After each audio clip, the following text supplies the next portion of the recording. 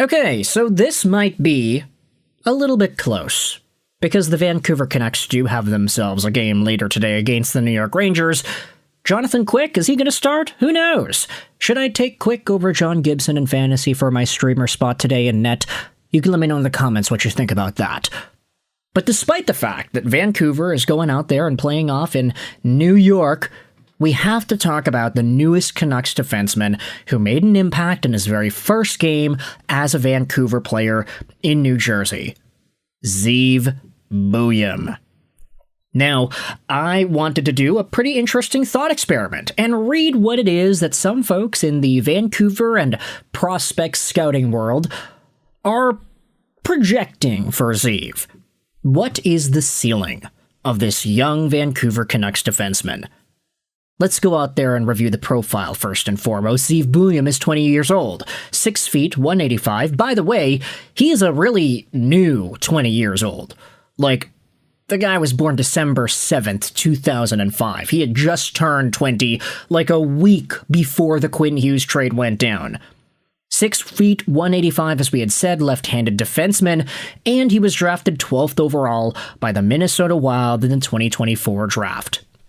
It's kind of interesting, because if you review that selection of players, Zeev Buium was by far not one of the top defensemen taken in the selection. Lev Shunov went 2nd overall, Yakimchuk went 7th, Zane Parekh went 9th, Anton Silayev went 10th, Dickinson went 11th, and then you had Buium, which was a progression that I think a lot of folks were pretty surprised about. Especially when you scroll all the way down and you see that Zeev Buium was ranked as highly as number 6, number 4 by scouts and media alike. This guy did not have a ranking outside of the top 10, but he slipped all the way to 12 for whatever reason. In Zeev Buium's draft-eligible campaign, he had 50 points in 42 University of Denver Pioneers games, and a gold medal with Team USA at the World Juniors. Quite the impressive resume for a guy who was heading into the draft as a draft eligible. The season after, he produced a tad less, 48 points in 41 games played, but he also had himself another gold medal at the World Juniors. 6.7 games for Team USA there, and 4 points in 8 games for Team USA at the World Championships. Guess what? He also won gold there. This dude is a gosh darn winner with 2 World Junior wins, 1 U18 World Junior win, 1 World Championship win, 1 NCAA Championship, 1 NCAA NCHC Championship, and 2 times making the NCAA West First All-American team. My goodness, this guy is a total package of winning, just continuous, over and over again, winning. Look at all of these awards that the guy has received. And it comes with the territory when you're as good as Zeev Buium has been in his progression at these tournaments in the NCAA. Let's just review the scouting report one more time. He scans ahead of each retrieval, plans his escape route in advance of collecting the puck, makes sure to draw on at least one forechecker, and then beats them with near comical ease, keying a clean breakout and activating into the rush. He is intelligent, deceptive, skilled, even creative in a part of the game where being efficient would suffice.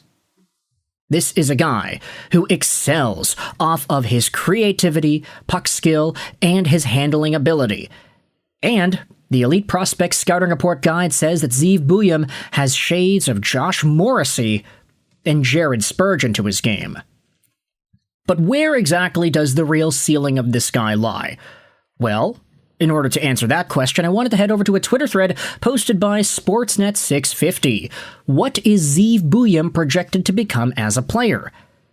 Thomas Drance was on Sportsnet 650, and he said that Cam Fowler and Morgan Riley would be the base rate bit you're hoping comes through in terms of what Zeev can become.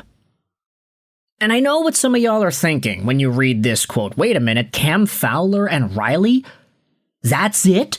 That's the guy that the Vancouver Canucks traded Quinn Hughes for? Okay, we'll just ignore the 3 other assets that came back in the trade, but that's it?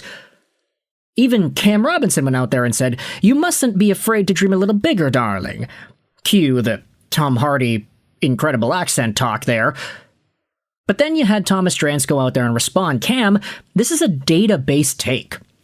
I also mentioned higher-end comparisons too, like Heiskanen in this segment, but Cam Fowler had 69 points in the NHL by his 20th birthday. Riley hit .76 points per game at 19 in the NHL with very little power play time. Pedigree matches, too. These comparisons are dreaming big. Cam then says that's fair, but neither would ever be confused with a true number one, which is where I think Zeev can get to. Offensively, it's a fair outcome, but I'd lean a little bit higher into the Josh Morrissey, Zach Werenski realm if we're talking ceiling. Now, Thomas Drance does Sportsnet 650 coverage for the Vancouver Canucks, and he's a senior writer at The Athletic. Cam Robinson, by the way, is the senior director and hockey media and relations person at Elite Prospects. So obviously, these two people know what they're talking about. Drance with the model analytical database take, and Cam with the maybe less analytical statement saying that he'd lean higher into the Morrissey-Werenski realm. But either way, you can talk about these guys as potential Zeev Buium comparisons, even establishing a total game-breaking defenseman like Miro Heiskanen as a possible ceiling. The fact that Quinn Hughes, who is the second best defenseman in the world, first best defenseman in the world on some nights, was traded for a huge package that includes this dude, I'd say is a pretty good bet for Vancouver fans. Sure, a Cam Fowler or a Morgan Rielly doesn't sound like the sexiest number one defenseman overall on a team, but you gotta remember these guys were very talented players who made the NHL young, and they were productive in their first few seasons. Cam Fowler, by the way, having a pretty good year this season with the St. Louis Blues, up to 12 points in 34 games. But then you realize, hey, the guy's 34 years old. Cam Fowler has had a career, folks. We gotta give the guy his props. Was he ever a true, undeniable, unquestionable number one defenseman?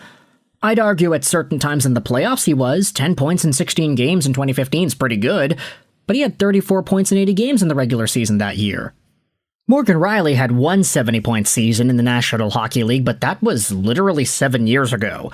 Sure, he had 68 points in 82 games a few years after that, and was over a point per game when the Leafs finally broke out of the first round in 2023. But other than that, Rielly has been in a pretty tough spot, especially this year. You might look at it and say, hey, the guy's on 63-point pace. Why is that a bad year? Well, hey, don't hear it from me. Hear it from all the Leafs fans that are going out there and complaining about this guy's play this season. It's been really bad, the reputation for Morgan Rielly, and I don't really think it's our place to go out there and talk about that in this video, but we can talk about it if anybody wants to hear a commentary about that. Miro Heiskanen is a total superstar, a Norris-level guy, and each of these three guys, you can say, are in that boat. Morrissey, Werenski, Heiskanen. Heiskanen had 73 points in 79 games a few years ago. Sure, he has declined in point production as of late, but now he's back up there. He's on pace for 70 points one more time. Josh Morrissey had 76 points back in 2023, and he's on pace to getting back up to the 70 marker this season, 28 points in 32 games. I mean, this guy has been so good for Winnipeg. And then you talk about Zach Werenski, a guy who was over a point per game last year with 82 points in 81 games played. He is over a point per game again this year with 33 in 32 total games. If Zeev Buium can fully use the skills, the confidence, the creativity, the swagger, and all that in his game to become the best version of himself, this is the caliber of defenseman that he can become. A Morrissey, a Werenski, a Heiskanen. This guy was projected to go somewhere in maybe the top 6, 7 of the draft. 6, 7. But he ended up slipping all the way to number 12, and now he is in Vancouver as one of the main pieces in the Quinn Hughes trade. Let me know your thoughts in the comment section below. Where do you see Zeev Buium's NHL career going, and what do you think the true ceiling is? Are you more of a Thomas Drance analytical-based take, saying, oh yeah, he could max out as a Heiskanen, but he's roughly going to be in that Fowler-Rielly range? Or do you want to give this guy the sky as the limit? Let me know in the comments all your opinions about Zeev Buium and his career. I hope you enjoyed this video. Sign on.